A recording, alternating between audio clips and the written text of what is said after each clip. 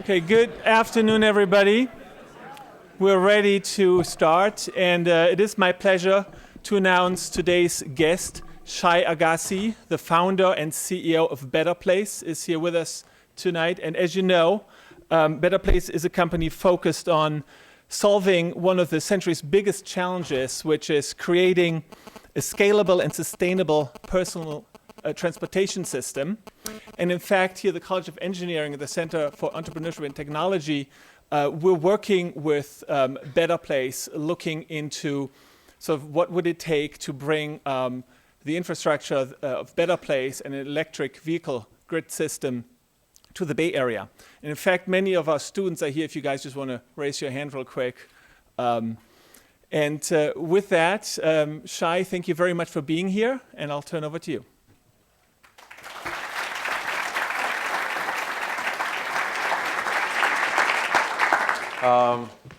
We were planning to run some videos. I'm not sure if you need videos because you guys seem kind of www.betterplace.com, and if you can turn that off, that'd be great. Please, so I can't see anything. We can turn it off from here. You can turn it off from here? Yeah, it's right here. You want it off? Yeah. Okay. Thanks. I was told that you guys are all savvy and you all voted, right, today? Yeah. You did? Cool.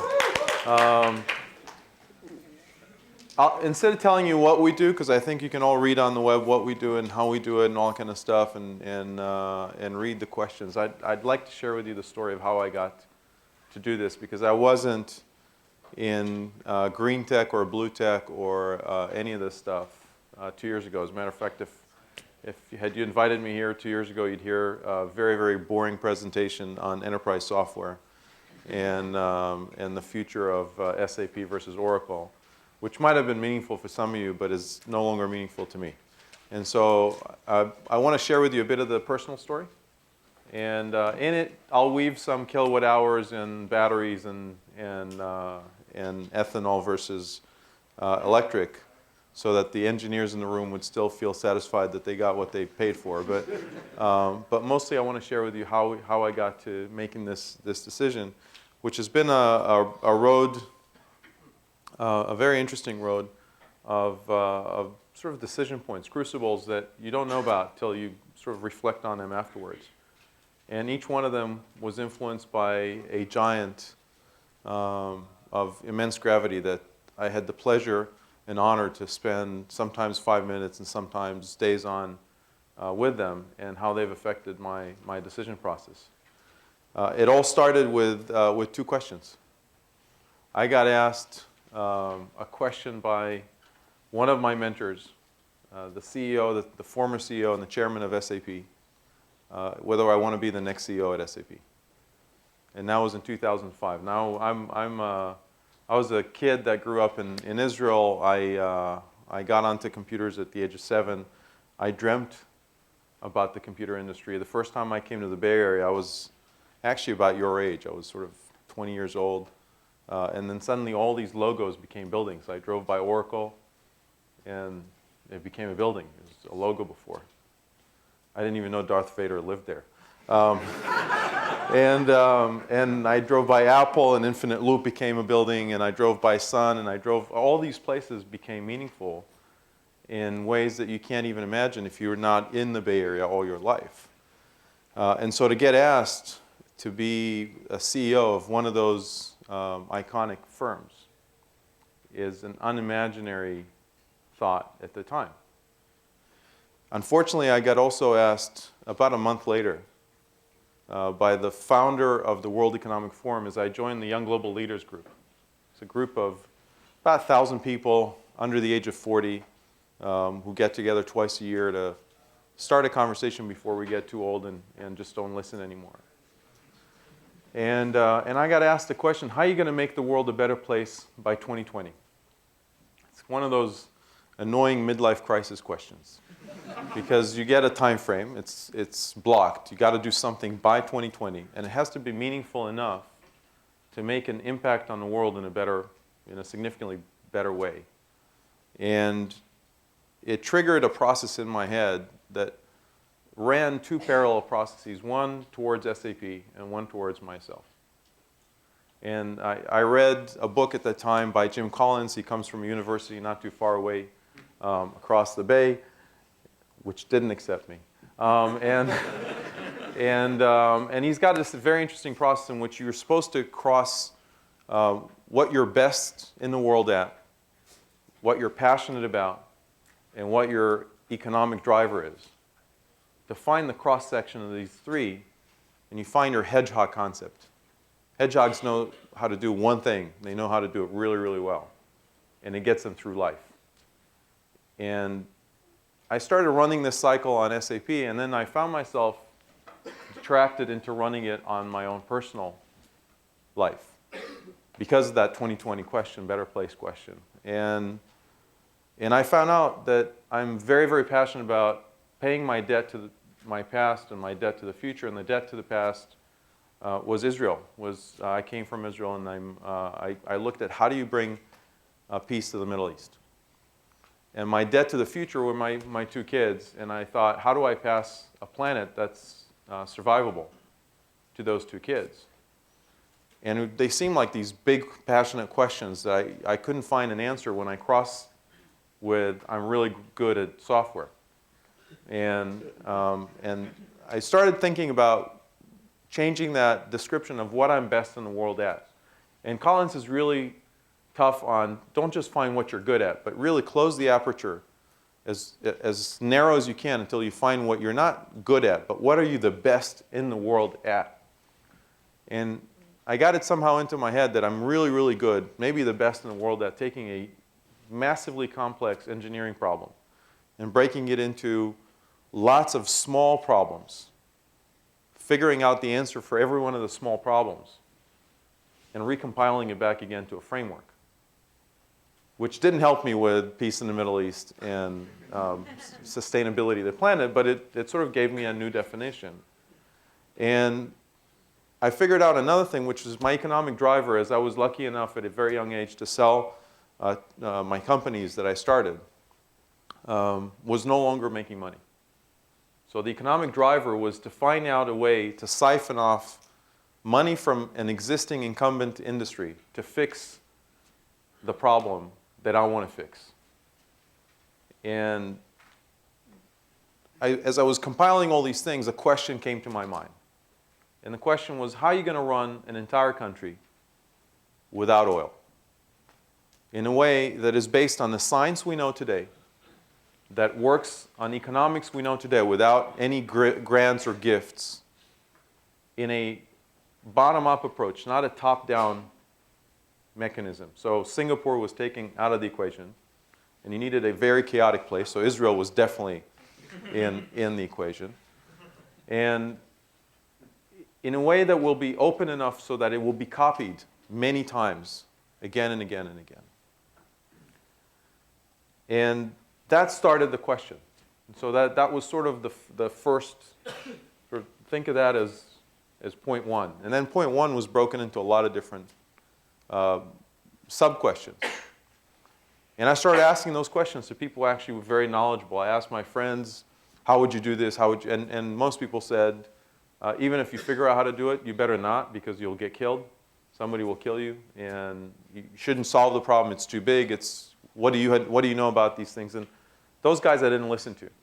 But I started listening to people who said, well, I think I know one element of it, which is that here's the science element, here's the economic element, here are the pieces of this question.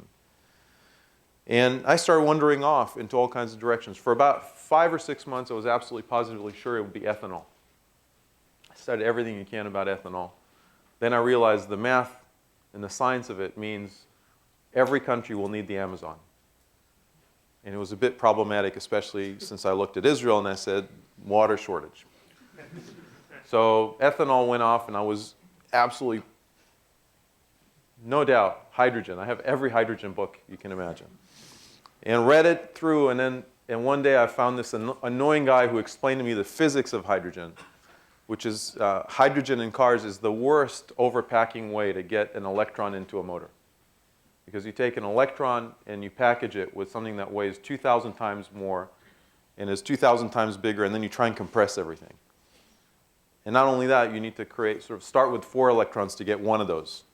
So you've overpackaged and you paid 75% for the shipping, which is sort of FedEx. But you need to do a lot of them for the car to go. And so I figured out hydrogen is not going to work. And then I sort of said, okay, what's left? And it was only electrons, pure electrons. So electric car. And that changed the picture from a big macro picture to a small micro picture. How do you get an electric car that would be more convenient, more affordable, and better than what you get today to the consumer? And so the question that was before a very macro picture, country level picture, became a single individual, single car question. And you can see now how these big problems turn into very different questions as you go through. It became the contract between you and the car. And there must be at least half the people here don't have a car, right? Who has a car? Who doesn't have a car? Half of the people don't have a car. So you don't know what I'm talking about.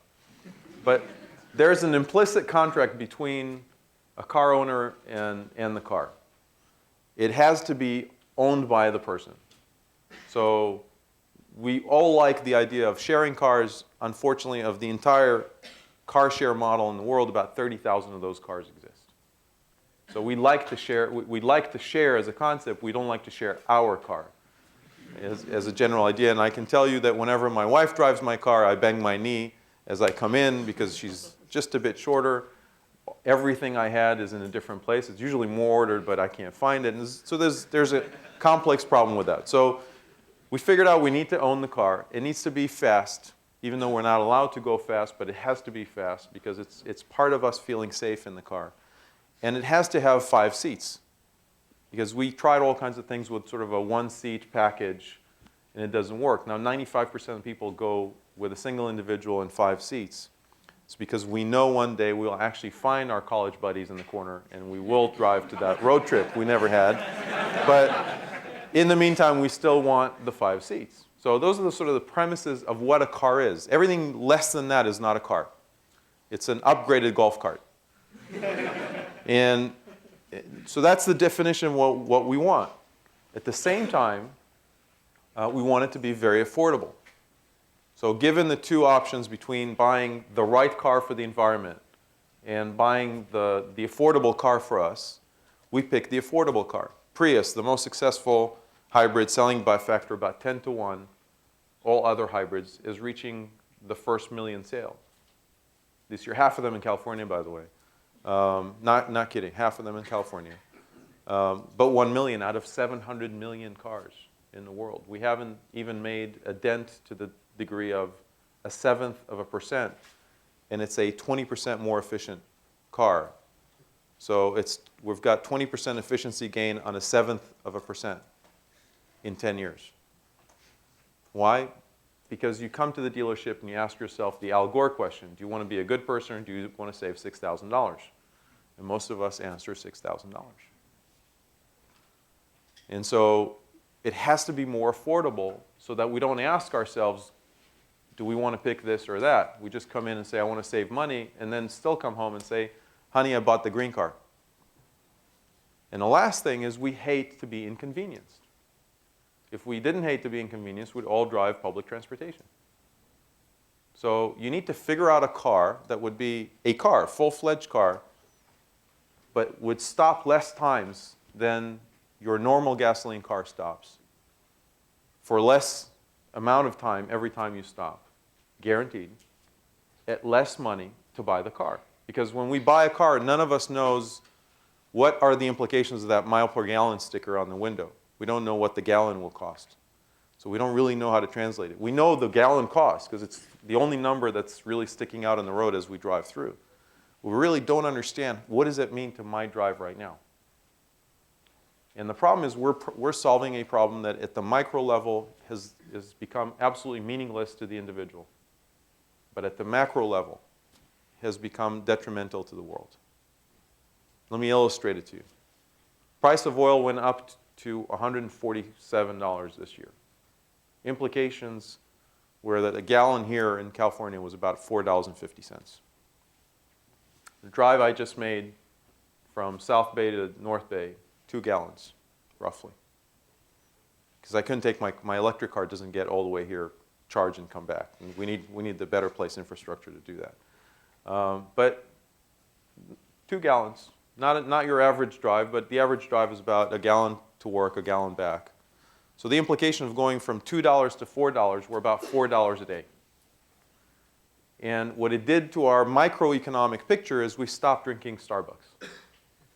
So we had an alternative to the price of gasoline, and that is to reduce what we consumed on the way to work. And now where the implication, I mean, it was literally that. When oil hit 147, Starbucks sales went down 35%.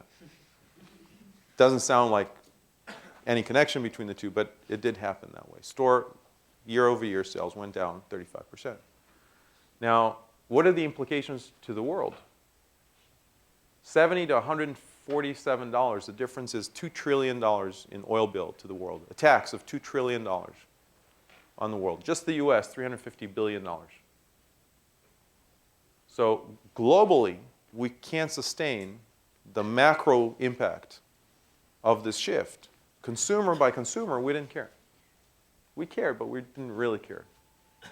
We stopped buying bigger cars for a period of time. We stopped buying expensive guzzlers, but we didn't really care to the degree that we didn't stop driving. And it's a similar problem to climate change. You can't notice how much CO2 is around you. I mean, you don't know how many particles per million you have around you. You don't really care, honestly.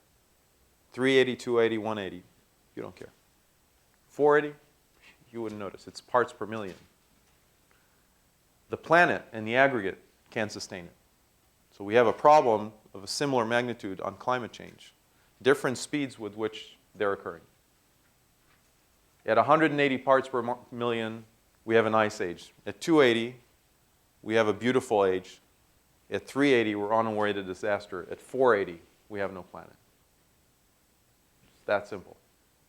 The rate with which we're growing the number of parts per million right now is 2 parts per million every year, and accelerating.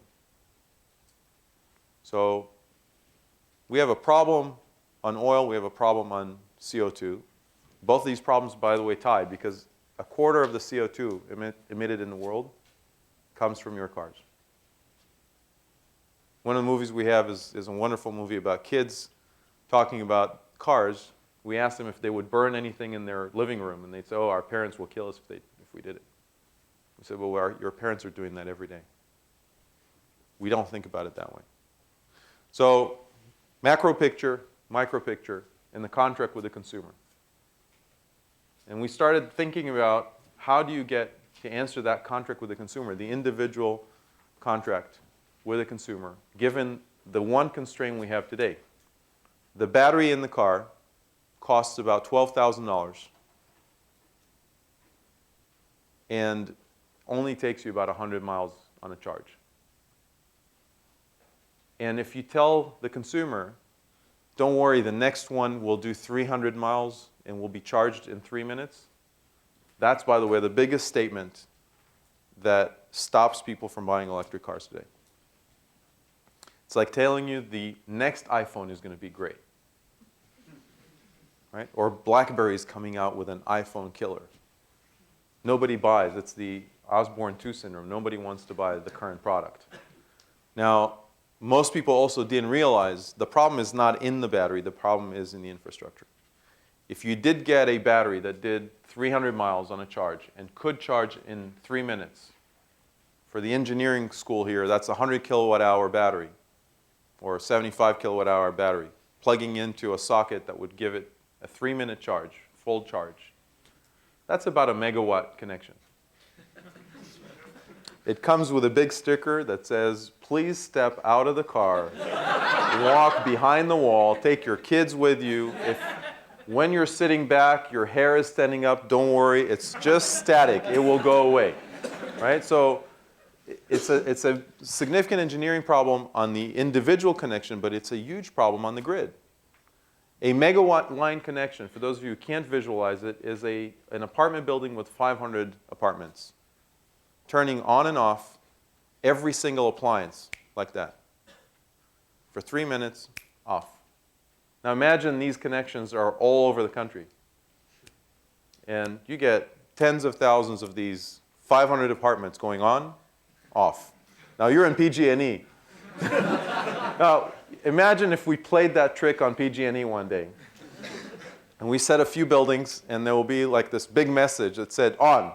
And everybody will go, ding. And somebody in PG&E will go crazy. Now imagine it was designed that way. Right? So that's the thought process of we're going to figure out the magic battery. Remember the magic battery? We were promised that magic battery by one of the contenders tonight. It was only $1 a person in the US, $300 million research, and we'll find the magic battery that would save us. If we had that battery today, we wouldn't know what to do with it. It's that sad. It's not a battery problem, it's not a car problem, it's a systems design problem. And so we came up and said, well, we need to solve the problem in a different way. We need to really look back at the issue of the social interaction between the consumer and the car. Cars are parked 22 hours a day. They're the ultimate electric appliance. They're off most of the time. When they're parked is usually when peak is off the grid. So if you're looking at middle of the night, there are not a lot of appliances on in the middle of the night. And so if you put a lot of cars parked in the middle of the night, they are the perfect fit for a new class of generation capacity on the grid called wind. Wind is the first derivative of solar because it's the delta in heat between two locations makes wind. And so wind usually comes when there is a change in thermal behavior on the ground. In other words, at night. And unfortunately, wind is very spiky. It comes and it goes. In windmills, the way we accept wind is not very spiky. If you turn it off, they fall. And so they have to take the electricity. So you need an appliance that knows how to take electricity and stop taking electricity, and take electricity and stop taking electricity on a whim by the grid, designed and decided by the grid manager. It's called a battery. And if you have a ton of these batteries, the grid is very happy because it can put a lot of wind up there and push it into the battery and sometimes take it back from the battery if it needs to. And so suddenly we said, okay, if the normal way in which you charge the car would be when you're parked and walked away from it and give it as much time as you want to charge, what we need is a very long extension cable, sort of the ultimate extension cord for the Earth, so that wherever you park, you have that connection. You have an infinite ubiquitous grid. And we said, okay, that would be great. That's the first step. The second step was to figure out a way that you can't get stuck. So that if you drove and ran out of battery because of one of two ways. One, you're driving too far. So you're going beyond the limit of what the battery knows how to do. Or you came home last night with 2 big bags and you forgot to connect your cable and you're coming into your car in the morning and it's just a third full. How do I not wait for 2 hours to get it charged or an hour to get it charged? And so those were the 2 modes, the exception of distance and the exception of not charged. If you solve for these exceptions, we asked ourselves, how many times would you need to have this exception handling mechanism? And how long would it take? And we figured out if you could also switch the battery, not only charge the battery, but also switch the battery, it shouldn't take too long. As a matter of fact, the process itself takes about a minute. The mechanics of it are about a minute. And we figured out, running simulators and computer programs and things of that nature, that you don't even need a lot of them. Because you would do the switch roughly once every 2 weeks on the average for most drivers, which is half as many times as you do your gas fill-up. So we created this scheme. 1, separate between the car and the battery. 2, put infrastructure everywhere, a network, before you put the devices. 3, change the business model with which you charge people for electric cars and bring it back to the same model as you're used to with cars. You buy the car, but you don't buy the battery. You pay for the car as you would like. Finance it, paint it, pimp it, do whatever you want to the car. But battery and electricity mixed together with infinite network access, you pay for by the mile, just like you do with gasoline. How much do you pay per mile? Exactly like you pay for gasoline. So if you're buying a 20 miles per gallon Jeep Cherokee and you want the electric version of that, and the price of gasoline outside is $3.20, you pay 16 cents a mile. And you decide how many miles you want to buy at that price. And we lock that price forward for as many years as you want. Then we came up with another crazy idea. We looked at the graph of people, cars versus miles, and we found out that 25% of cars use 66% of oil, whereas 40% of cars, the ones that are usually mostly parked, use only 10% of the oil in the world. They also 66% of the emissions, 66% of the problem. We said if we start from the guys who drive the most, not the guys who drive the least, we actually reduce the problem faster. And so we created a pricing scheme called All You Can Drive. All You Can Drive is appealing to those who drive a lot. And by doing that, we create a model in which you can buy a car, you can pay a fixed sum of money, and drive as much as you want. Now, you can't do that with gasoline, unless you own a big well in the Middle East. But if you don't own a big well, you can't price an all-you-can-drive model. That's disruptive to the nth degree on the market. Then just to bring more spice into this mix, we said, if you're buying the all-you-can-drive package and you're driving a lot, we should help you with that car. We'll pay you to get addicted to electrons. And so we're willing to give you a rebate. Part of the price that you pay is actually paid to the car company to give you a cheaper car. So when you walk into the dealership, the electric car would be cheaper than a gasoline car. And the thought process is if now you come into the dealership and you get asked, would you like to buy this gasoline car, which we can't guarantee you how much it will cost you next month to drive. It's emitting, it's noisy, and it has less performance than this beautiful electric car, which we guarantee you price forever, as long as you want. And we can reduce the annual or weekly or monthly payment you got on that car to less than that gasoline car. Which one would you buy? And its effect on the car industry is so profound that Bob Lutz doesn't even understand what our business model is. And we use that as our biggest recommendation because he actually lost $50 billion in the last 6 quarters. So we figured out if he understood our business model, we're in danger. Now, how did we get to that business model is an interesting process because I presented this case in a conference, and I was lucky enough that the night of my presentation, President Clinton was in the crowd. And he gave us a very thoughtful talk between him and Shimon Peres. And I just had the luck of sitting closer than we're standing right now. And at the end, I came over and I said to President Clinton, I have this idea. We should convert the world to electric cars. I know they cost a bit more up front, but look, I've got this ROI calculation. The TCO of the car is less than, electric car is less than gasoline, and it's important. And I'm telling him this whole story, and he sort of takes it all in. 5 minutes into this conversation, he says, you're solving the right problem at the wrong time. I said, what do you mean? He said, well, you're going to present people with this question of which car would you like to buy in a somewhat allegoric way of, you got to pick the right car. Over time, it will pay off. And you have to remember, average Joe doesn't go into the dealership. He doesn't even talk to the dealer.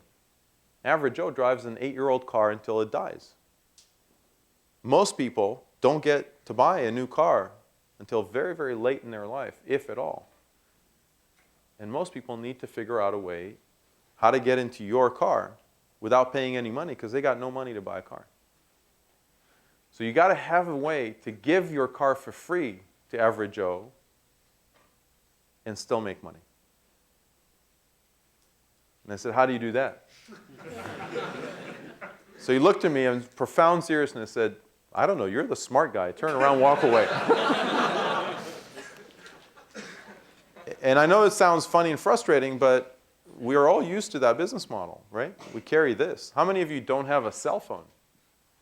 See? Half of you don't have a car, but nobody here doesn't have a cell phone. We got it for free.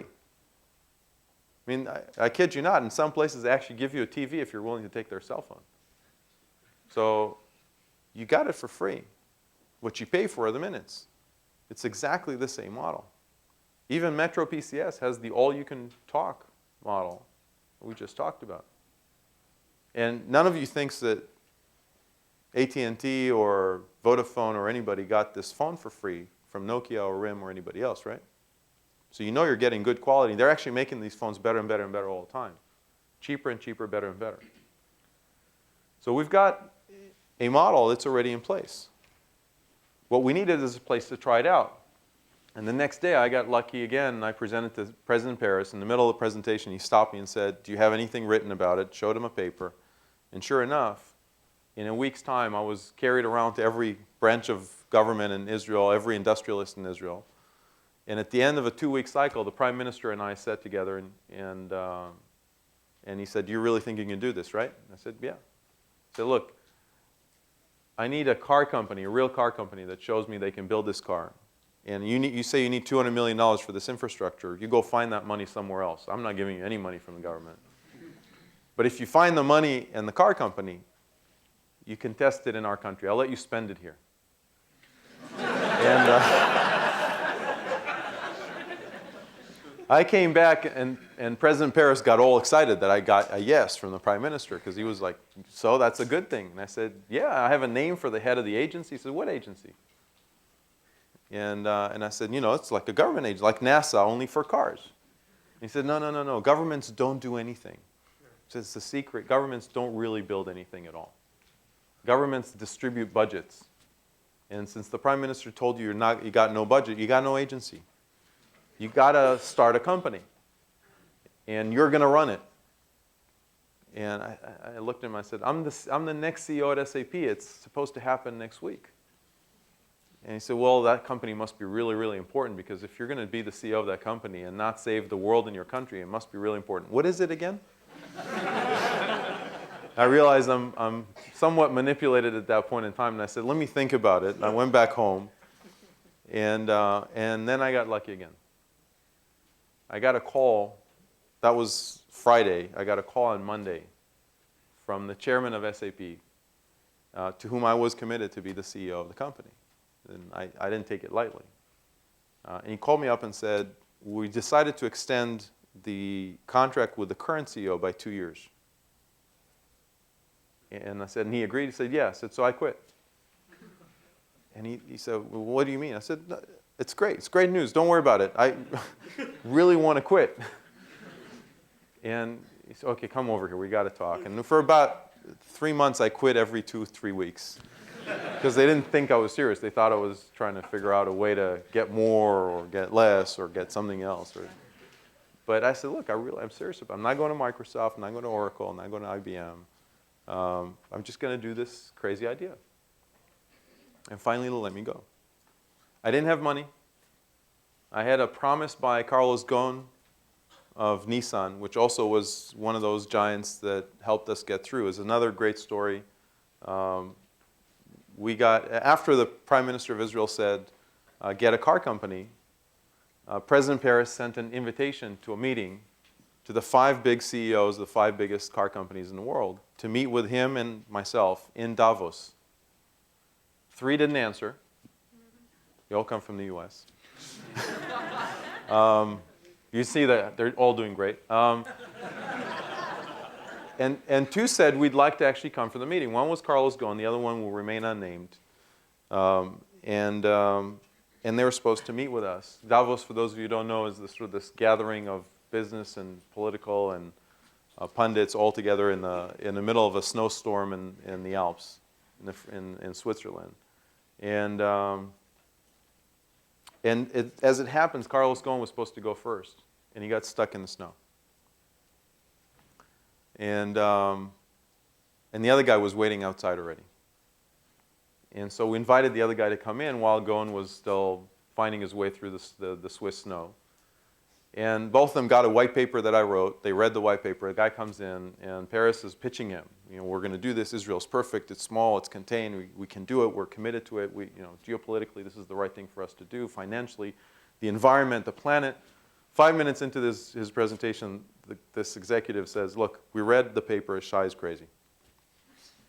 Don't do it. It'd be absolutely, totally waste of time, waste of your money. We'll give you a great discount if you stay on hybrids. Just do hybrids. Don't do anything else. And for 25 minutes, we got a pitch for hybrids. And it didn't matter that Paris wanted to go fully electric. It was just hybrids, hybrids, hybrids, hybrids, hybrids. He walks out, and I'm looking at President Paris's assistants, and it was the first time they talked to anybody other than myself about this plan, actually understood anything about cars. So you can understand their level of enthusiasm when they heard from a car executive, this is crazy. Gon comes in. I'm waiting to see if Paris steps back and says, Shai, why don't you pitch it now? Or does the same thing. And that's the show of a true leader. He didn't feel that I failed. He felt that he wasn't able to convince this car guy that it's the right plan. And so he doubled his effort. He went much stronger this time. And for 5 minutes, he goes and just pitches to Gon. Finally, Gon looks at him and says, look, I read Shai's paper. And he says, absolutely brilliant. Hybrids are stupid. Why would you ever want to do hybrid cars? He says, hybrid cars are like mermaids. You want a fish, you get a woman. You want a woman, you get a fish. And he looked at Paris and said, I'll get you the cars. I even have the batteries. We'll get it done. We'll launch. We'll announce. We're partners. And true to form, a year later, exactly a year later, we were in Israel and we announced that we raised $200 million in a process that I had to talk to about 200 different people in the world. Most of them still think I'm nuts, that this is a great idea. We should really go get it done. Some people thought I'm trying to raise money for charity, a nonprofit. But we showed them the business model. It's a very interesting business model. If we fail, we get to zero. But if we succeed, it's the largest company on earth. This is the true BP. Beyond petroleum, there's something beyond petroleum. And if we get to do that, it's truly one of the most amazing growth trajectories you can find in business. And the guys who did get it, I had a meeting with one guy who's now my chairman, largest investor, when I came over, and I didn't want to meet with the guy. He just took public the Israeli refineries. So he was big oil, Israel. He bought all the oil, he sold all the gasoline to the country. I come into his room, and he's got the 2 refineries on a big poster right behind him. And it is an absolutely cold call. Where I came in, and Idan Ofer, the chairman of Israel Corp, didn't even know who I was. We sort of sat through, and we talked about everything possible for 30 minutes. After 30 minutes, he looked at me and said, why are you here again? And I said, well, I got this new company, this interesting plan. I started detailing it to him, and sort of 5 to 10 minutes into this story, his back is not feeling well in the chair. And we go through, and he doesn't say a word for 45 minutes. Tell him the whole pitch, not a single word. He's just moving in his chair. He says, interesting. Thank you very much for sharing this with me. I know now, maybe 5 years ahead of other people, that my businesses are going to die, and I should sell them now before the world figured it out. And he goes out and escorts me down from the 24th floor. I was with a good guy who works with us at Better Place, was the introduction. He waits for this guy, Mike, to step 2 steps forward, and then he whispers in my ear, sign me up for $100 million. And he never wavered on that. I had other people who said, I'll take $100 million, or I'll take the whole amount, but he meant it. We shook hands a few weeks later. He was my chairman, but he's truly gone with me to, we do trips that are painful. I do them for the miles because I love to go fly around the world. He really comes and goes through meeting after meeting and sits down and goes through red eye after red eye, and we're convincing people to do the right thing, which is not very easy. But true to form, believers in passion and cause with a purpose. And we've started aggregating people like that, great people at Better Place. You don't sign up for a job at Better Place, you sign up for a mission. And so we got a bunch of people that have signed up for a mission, and we're building the system. We're building it in Israel. Mostly most of the engineering is done in Israel. Some of it is done in Palo Alto. We signed up 3 countries since then: Israel, Denmark, and 2 weeks ago, Australia. And yeah, we're sort of in islands. Somebody asked us why Australia. I said, it's just a big island, you know. It's not. They like it there. And we're starting to scale this solution. We've signed Renault and Nissan, and the hardest part in this whole story is getting car companies. Most car companies fall into 2 territories. Either they've already got their own pet project on alternative energy, and times are so hard right now that they're constrained on budget to the degree that they can't spend on anything other than what they got on their plate right now. Or you got groups, you got companies that think that the Nile is a river in Africa. And so they're in this kind of, it's not going to happen. If it happens slower than you think. If it happens slower than you think, we're going to be there when it happens. There's no need to go first, and the ones who will catch up will catch up. Sort of, I don't know if you read Black Swan. Ever heard of the market study done by turkeys? When you're born in a turkey farm, day one, everybody hits you, sort of rummaging around. You figure out there's only one guy who's nice. It's the farmer. He gives you food, asks for nothing. All the other turkeys are evil, right? 5 days into the market study, you've got 5 days of certainty that farmers are good, turkeys are evil. 127 days into the study, you've got so many sample points to that you're absolutely positively sure that it works that way. The problem is day 130. You see, the farmer breaks the study for the last 129 days when he comes in and cuts your throat. The car industry is in day 129. And we're in that kind of a situation where they're basically saying, well, you know, it's just cyclical. Yesterday was one of those interesting days.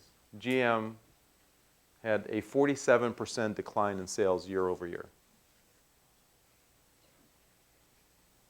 If they were Procter & Gamble, this would be the buy one, day one free day. And still people are going through, everything is the same. You know, if things change, we need a bit of cushion to prop us through a tough period of time. It's not going to kill us. We're day 129. We're day 129 on cars. We're day 129 on oil. Those of you who don't know, the price didn't go down because speculators stopped. It's because the economic activity went so far down that we're just at 70, which is 7 times what it was 8 years ago. The minute economic activity goes back up, we're going to go back to 3 digits. And the minute it goes back to 3 digits, economic activity goes back down, which will bring us down only to 90, and then economic activity will again be propped up a bit, and then we'll go back to 130, and then we're on an oscillating curve around disaster. And it's a disaster of immense proportions. So we're looking at all these problems. We're trying to solve them. We're trying to do this with passion and with drive and with focus. With enough money to go do a few countries. We're raising, at this period of time, in Australia, we're raising $1 billion Australian dollars, which is about $3 in the US right now at the pace they're going. But it's about $660 million to go do Australia. To raise money in this kind of economic period, you need to show a good business plan, which is what we've done. We're doing it with a great fund, Macquarie. It's a great bank that's doing a lot of infrastructure investment. So this is, as I said, it's a combination of a sane business plan, a sane physics, sane mathematics around it, great economics, but they're all coming together because of one thing. It's passion And it's an amazing group of people that come and do this every day. No matter if it's a hard day or a tough day, it's always a good day. So find your passion, find what you're the best in the world at, and find the economic driver. And if you can combine all these, you're going to have a lot of great days when you're doing it. Thanks.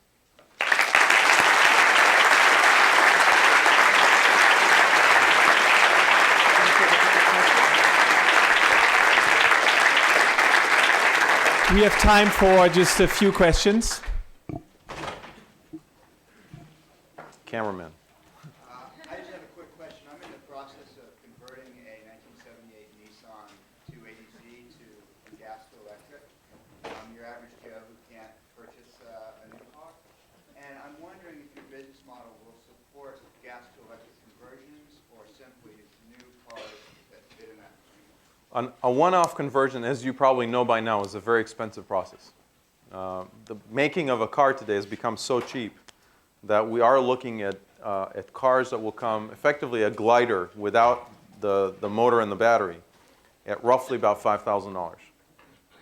It's less than the cost of breaking it apart and selling the pieces, which is interesting. So we've gotten to a point where mass production has trumped the ability to do a one-off. What we will look at is the possibility of taking a mass conversion line.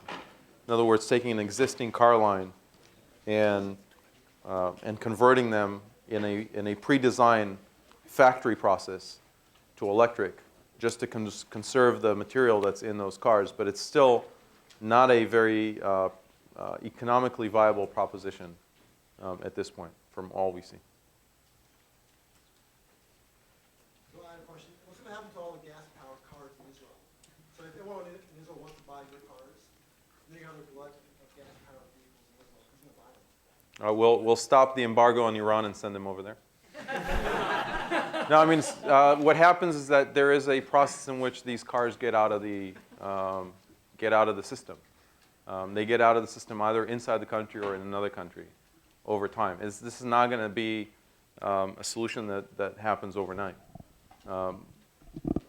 If you think about it, all we need is Israel's got 2 million cars. You need to convert about a quarter of them, 500,000 cars, to electric as your main drive. You may keep the second car gasoline if you wanted to.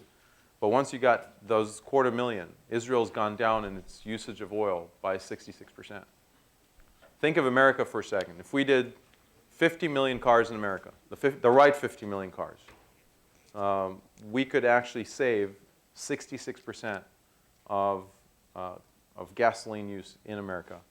We could cut 2/3 of 25% of our CO2 emissions. So we could cut basically 17-18% of the overall US emissions. That's Kyoto. If we just did the right 50 million cars, the ones that drive the most. And it's not hard to do it. With the right pricing mechanism, with the right incentive packages, it would be self-selected by the individuals, not by an edict. You get it and you don't. And so that's the focus. Now, it doesn't mean that the other cars go away. They can still be there in the economy and push out the leftovers will be pushed out in the back of that line.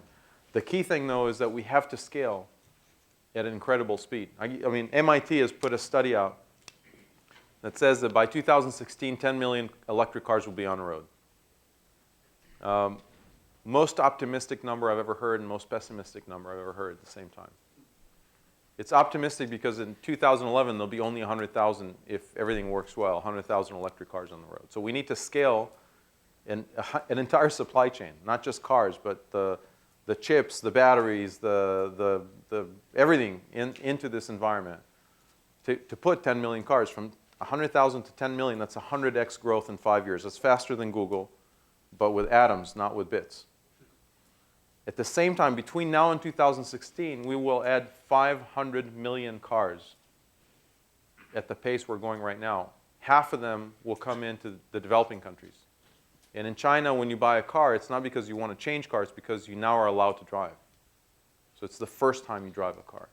So let's assume only half of them, only 250, 300 million, are actually net additional cars, not a replacement for a car that was there before. We need, in that case, to add 40% more oil discovery than we have today. That means we need to find some way to dig and extract 32 million barrels a day more than what we do today. We don't know how to do 3 million barrels more. 5 million barrels more will send us spiking up to 170 again. 30 more million barrels a day means price of oil has hit $300 multiple times on the way there. Now, 10 million means we only got, out of the 500 million cars, we only got 490 gasoline. The other 10 are electric. So we need some way to not only get to 10, we need to get to 100, and we need to stop the adoption of gasoline cars. Literally make it so that people don't want to buy a gasoline car. And the only way to do it is to send a pricing signal that tells you you don't want to be the last owner of a gasoline car. So you just don't go to the dealership. Now, what it means is we're going to have a period of time, somewhere between now and 2013, 14, 15, in which there will be a period that the entire industry, the car industry, needs to shift from gasoline to electric. And we'll need to save our bailout money for that. Because what most people don't know is every sixth person in retail in the US works in the car retail business. Every 10th dollar in industry goes to cars. This country runs on cars. It's a fundamental engine for its economic activity. We can't let the car companies die. But we'll need to convert them from car 1.2.0 to car 2.0. And we need to do it faster than China does. Because you see, the minute China does it, there is no car industry in the US. And the core of the car, the core of an electric car, is power electronics unit. It's about $2,000 worth of chips, which just happen to be all made in China these days. Now, when China does this move, and China will do it in the next 18 months, China will do it in the following way. We'll say this city builds engines, motors. This city builds power electronics. This city builds batteries. That city builds cars. That city builds infrastructure. And each city is about 10 million people. And there goes Michigan. It's been distributed across China. Now, this is not just a doomsday Mad Max vision. This is reality. If we don't take the action now, we're going to be a very different country 8 years from now. And to do that change, we need to change very few things, but we need to do it now. And one of those things is to admit to the fact that we have about $1 trillion worth of really, really bad assets called cars. They're already in the economy right now. But if we continue to push more of these bad assets into the economy, we're going to have worse scenarios as we go through. Just accept the fact that we have bad assets and move on. Let's do one last question. Better be good. Good? Really good? It's deep. Deep. Have you figured out yet how you will be addressing your debt to the past that you mentioned previously? Yes. Peace in the Middle East. Yeah, so it's a great question. I left it open in the beginning. The debt to the past part is interesting. If you look at the Middle East, the best path is I don't want to get into politics, but the best path is not democracy then modernization. It's modernization then democracy. Modern countries do not want wars. And if you look at the entire Middle East, you see that in places where you know you're running out of oil, you modernize your entire economy. Okay, so if you look at Dubai, Abu Dhabi, the Emirates, the Bahrainians, Bahrain knows that it's got 7 years worth of oil in the ground. Okay, you look at the same thing, Abu Dhabi, Dubai, you see the same, that you go to financial services, you go to media, you go to education, tourism. If you're in financial services, you've got to create transparency in your systems. If you're in tourism, no xenophobia because you want to attract people. Education is a fantastic tool for modernization. You get empowered young people, young women, in particular, to come up and become an active member of society. And if you've got a media business, you got freedom of speech, and then you got a modern country. No modern society wants war, because then it shuts down the economic drivers. And so what you need to show is that you're going to decline slowly over time and send all the right price signals to the value of oil and effectively create a forcing element that basically tells these countries, the regimes, You're going to have to diversify. Like it or not, you're going to have to diversify. But you're not going to do it in an abrupt way. Abrupt way leads to war. We're giving you 15 years to go do the right thing. You're going to get a lot of wealth, apply it the right way. Now, I was sitting I was invited by the emirs of Bahrain, and one of the princes actually, the minister of business development for Bahrain, heard me speak, said, "I'd like you to come to an official lunch where we're hosting some of our best friends." I came up and I stood up and sort of told them the story of how Silicon Valley is going to take them out of business. And I said, "You got a lot of money and you got to invest it in your real natural resource. It's your kids. You got 6-year-old kids who are going to be 21 years old. They're going to ask you, what did you do with our money? You dug it out of the ground. What did you do with our money?" And I said, that's the thought you have to keep in mind. Educate the kids, bring them up to speed, give them industries in which they can work, earn a living, and grow themselves. You're going to have a great country. The byproduct will be peace in the Middle East. Okay? Great. Thank you very much, Shai Thanks. Agassi. Thank you all.